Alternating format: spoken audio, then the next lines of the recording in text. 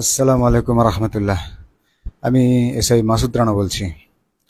আজকে বাংলাদেশে একটা ভয়াবহতম বন্যা চলছে। লাখ লাখ মানুষ পানির নিচে বন্দী। লাখ লাখ মানুষ ত্রাণ বিতরণে এগিয়ে আসছে। লাখ লাখ মানুষ প্রচুর কষ্টের মধ্যে আছে। অনেকেই না খেয়ে দিন কাটাচ্ছে। কত মানুষ মারা গেছে তার হিসাব আমরা এখনো জানি না। কত মানুষ ভেসে গেছে তার হিসাব আমরা এখনো জানি না। কত মানুষ ক্ষতিগ্রস্ত হয়েছে তার হিসাব আমরা এখনো জানি না। এখনো পানি বেড়ে যাচ্ছে। ভারত থেকে আরো পানি আসছে। এই বন্যা কতটুকু শেষ পর্যায়ে কোথায় গিয়ে থামবে তা আমরা কেউ জানি না। কিন্তু দেশের এই করুণ অবস্থায়, এই কঠিন পরিস্থিতিতে আনসার সদস্যরা আজকে কি করেছে? তারা সমাবেশ ডেকেছে, তারা সচিবালয় ঘেরাও করেছে। সচিবালয় ঘেরাও করে তারা, এখন রাত 9টা 41 বাজে, তারা সচিবালয় থেকে কাউকে বের হতে দিচ্ছে না। তারা সচিবালয়কে সম্পূর্ণ আটক করে রেখেছে এবং তারা ঢাকা বিশ্ববিদ্যালয়ের ছাত্রদের উপর লাঠিচার্জ করেছে। আনসার বাহিনীর এত বড় সাহস কোত্থেকে হয়? যেই ছাত্ররা খুনি হাসিনার হাত থেকে এই দেশকে রক্ষা করেছে, আনসার বাহিনী কি করে ছাত্রদের উপর লাঠি চালায়? তাদের এত বড় সাহস কোথা থেকে এসেছে? কে দিয়েছে তাদেরকে এই সাহস? কিভাবে পেল তারা এই সাহস? তাদের এই গোড়া খতিয়ে দেখতে হবে। আজকে মাননীয় প্রধান উপদেষ্টা ঘোষণা দিয়েছেন যে কারো কোনো দাবি থাকলে লিখিতভাবে জানাতে। আমরা কিছুদিন আগেও আমাদের যাদেরকে চাকরিচ্যুত করা হয়েছিল পুলিশ সদস্য, তারাও কিন্তু আন্দোলন করেছিল।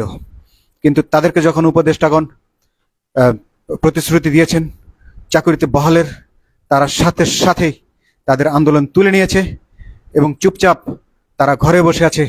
তারা শুধু ঘরে বসে নেই, তারা টাকা সংগ্রহ করছে। তাদের নিজের চলার টাকা নেই, তারা টাকা তুলে বন্যার্তদের পাশে দাঁড়াচ্ছে। আর সেই সময় গায়ে পোশাক লাগিয়ে আনসার আন্দোলন করছে। একটা দেশে গায়ে পোশাক লাগিয়ে কোন বাহিনীর সদস্য গায়ে পোশাক লাগিয়ে আন্দোলন করতে পারে না। আনসারের সাবেক মহাপরিচালক এর জন্য দায়ী। সে এই ষড়যন্ত্রে যোগ দিয়েছে। আওয়ামী লীগ সরকারের আমলে আওয়ামী কোটায় যারা নিয়োগপ্রাপ্ত হয়েছে, আমি বিশ্বাস করি যে তারাই এই অস্থিতিশীল পরিস্থিতির সৃষ্টি করছে। বাংলাদেশের সমস্ত মানুষ যখন জেগে উঠেছে, হাসিনার মতো রাক্ষস সরকারকে, ভয়াবহ স্বৈর শাসককে যেখানে তারা পতন ঘটিয়েছে, সেখানে আনসার সদস্যরা কোন আশা নিয়ে, কোন সাহসে এই ছাত্রদের বিরুদ্ধে উঠে পড়ে লেগেছে? কোন ষড়যন্ত্রের কারণে এরা আওয়ামী লীগের দাবার গুটি হয়ে গেল? কিসের লোভে, কিসের কারণে?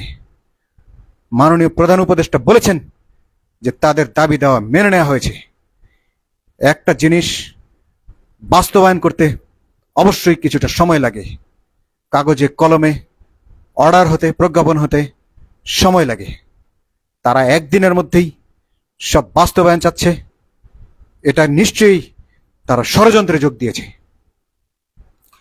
তারা আওয়ামী লীগের সাথে ষড়যন্ত্রে যোগ দিয়েছে। তারা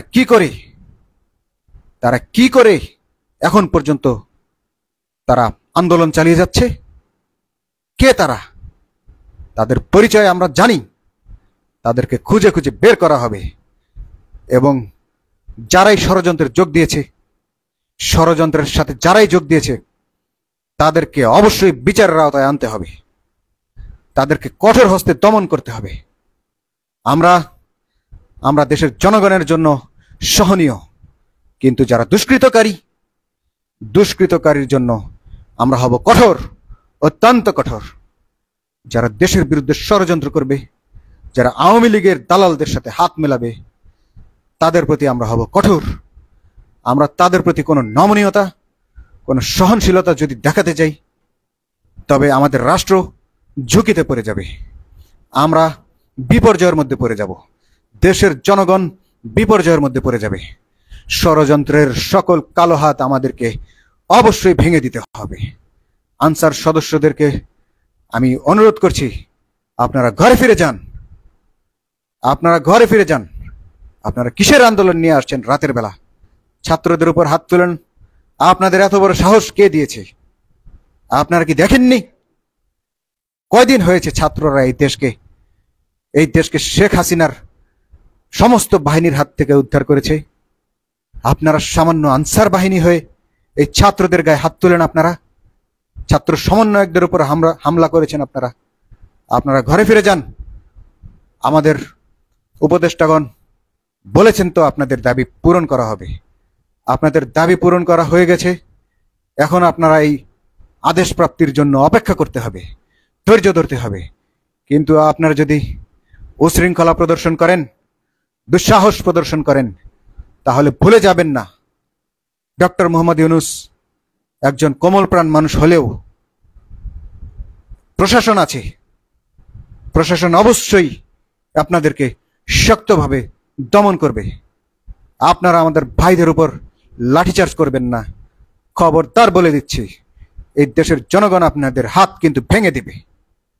আপনারা কোনো অবস্থাতেই দেশে অস্থিতিশীল পরিস্থিতি সৃষ্টি করার চেষ্টা করবেন না। আপনারা এত রাত পর্যন্ত কেন ঘেরাও করে রেখেছেন তাদেরকে? উদ্দেশ্য কি আপনাদের? আপনাদের সিনিয়ররা তো সবাই চলে গেছে। আনসার সদস্যরা, যারা সিপাহীরা আছেন, তারা কেন বিশৃঙ্খলা সৃষ্টি করছেন? আপনারা কি বিশৃঙ্খলা সৃষ্টি করে পারবেন? আপনাদের কি এটাই মনে হয়?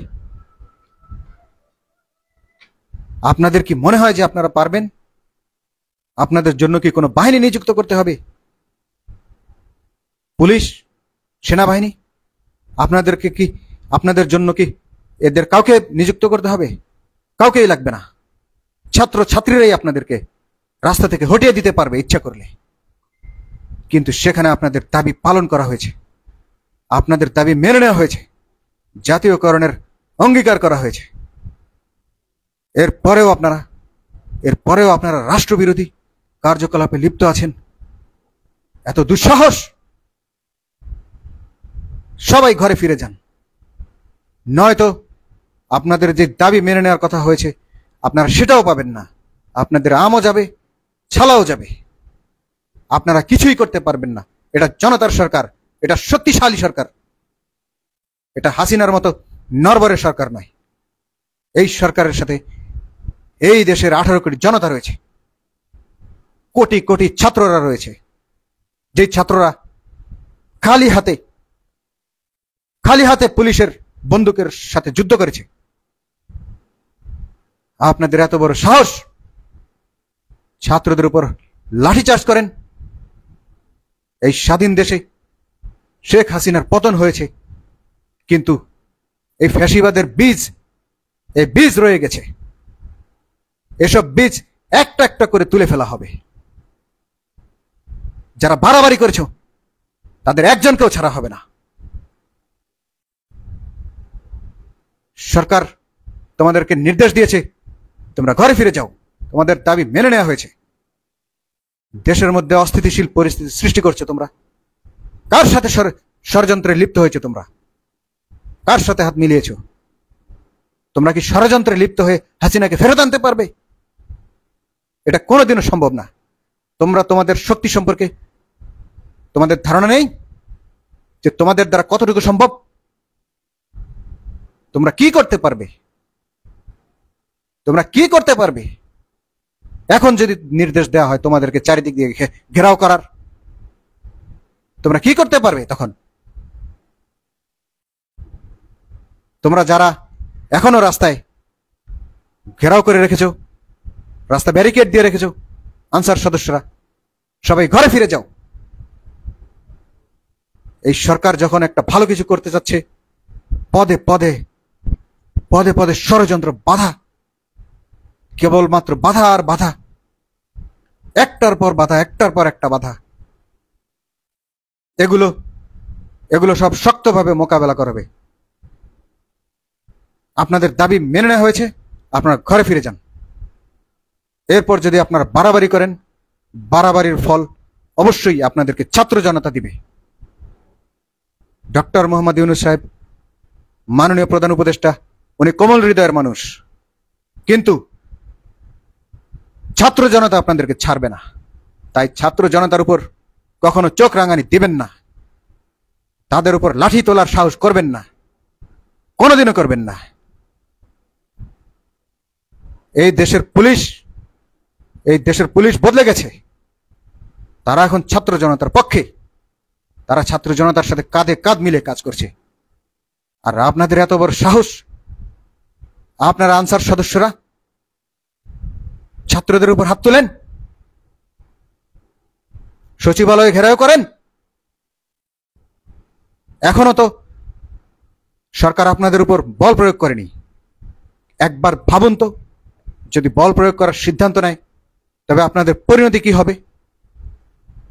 আপনারা যদি নিজের ভালো চান তবে দ্রুত ঘরে ফিরে যান। আপনাদের দাবি সরকার মেনে নিয়েছে, আপনারা ঘরে ফিরে যান, এতেই আপনাদের মঙ্গল। আর যারা যারা ষড়যন্ত্রে লিপ্ত আছেন তারা অবশ্যই তাদের ফল ভোগ করবেন।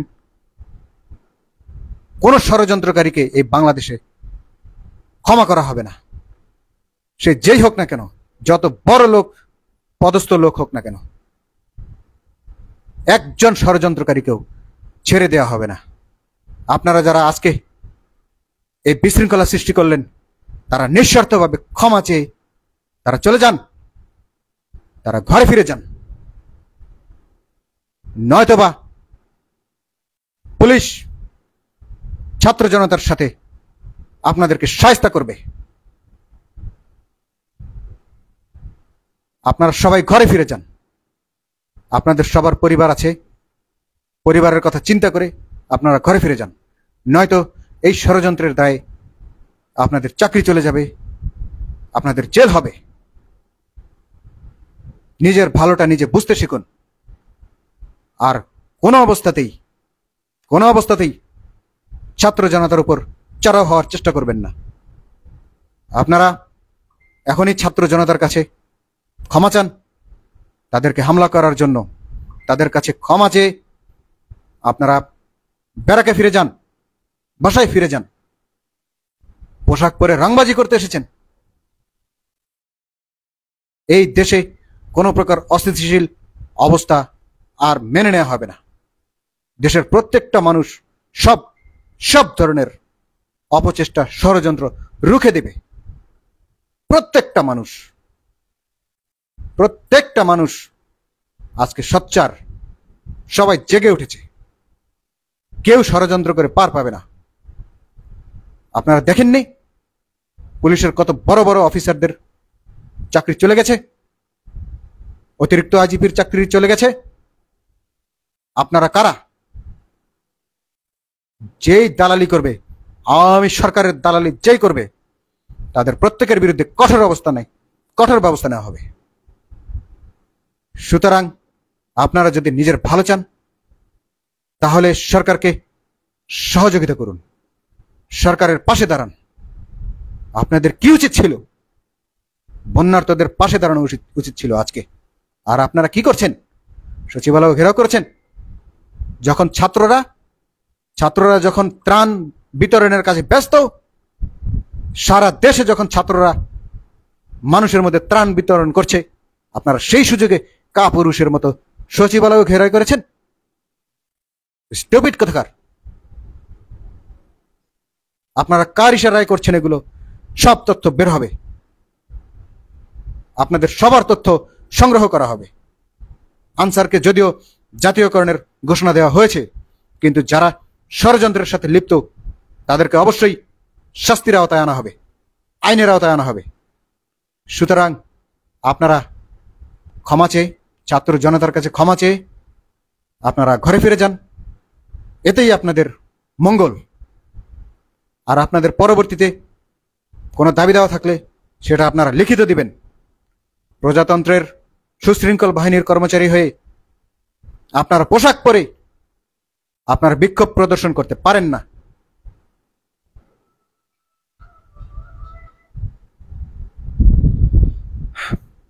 সকল সমস্ত ছাত্র জনতার উদ্দেশ্যে বলছি,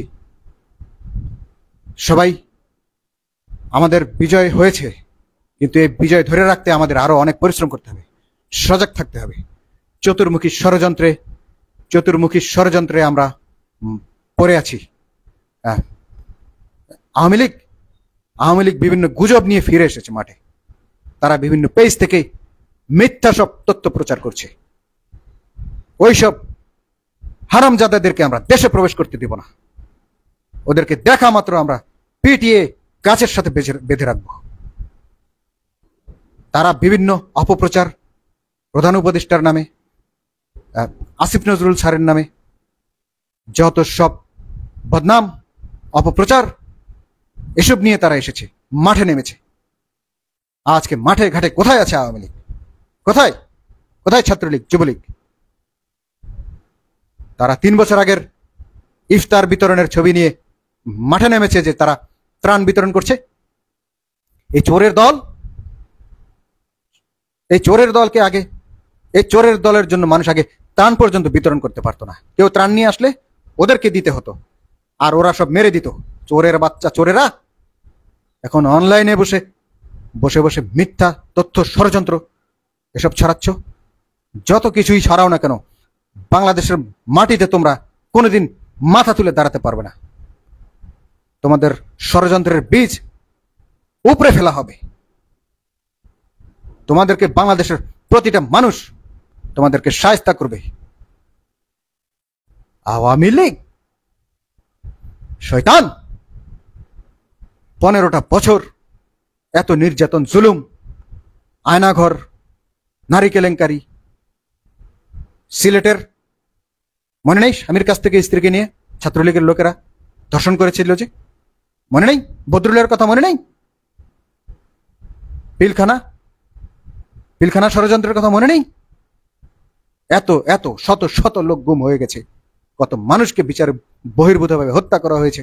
অপশাসন, অন্যায় শাসন, ত্রাসের রাজত্ব, রাক্ষস রাজত্ব চলেছে। এই শয়তান তো দেশ ছেড়ে পালিয়ে গেছে ইন্ডিয়াতে। তোমাদের কথা কি চিন্তা করেছে? তোমরা সে পালানোর পরে এখনো তোমরা আশায় বসে আছো যে আওয়ামী লীগ এসে এই দেশের হাল ধরবে? এই দেশের জনতা কোনোদিনও এটা হতে দেবে না। মানুষ বন্দুকের সামনে দাঁড়িয়ে শেখ হাসিনার কাছ থেকে স্বাধীনতা অর্জন করেছে, আর এখন তোমরা ফেসবুকে অপপ্রচার চালিয়ে তোমরা ফিরে আসবে?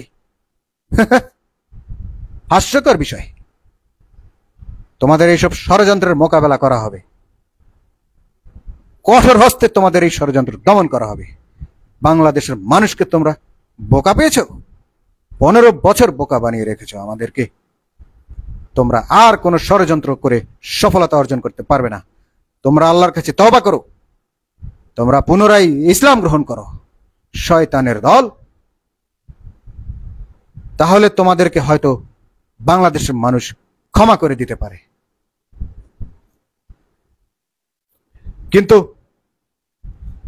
কিন্তু ষড়যন্ত্রে যদি তোমরা লিপ্ত থাকো, তবে মনে রেখো এই বাংলায় তোমাদের দাফন হয়ে যাবে। বাংলাদেশের মানুষ তোমাদের মাটির 70 হাত নিচে পুঁতে ফেলবে।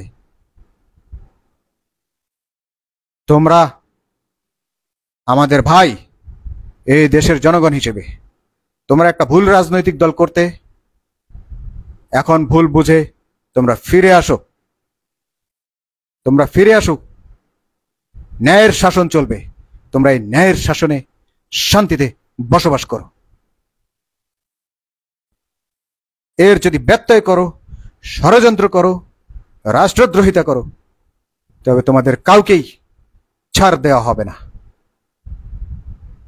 আর আনসার সদস্যদেরকে পুনরায় অনুরোধ করছি, আপনারা সচিবালয়ের কাছ থেকে চলে যান, ঘরে ফিরে যান। আপনাদের দাবি মেনে নেওয়া হয়েছে, নয়তো যা পেয়েছিলেন তাও হারাবেন, চাকরিও হারাবেন, আর অনেক কিছু হারাতে পারেন।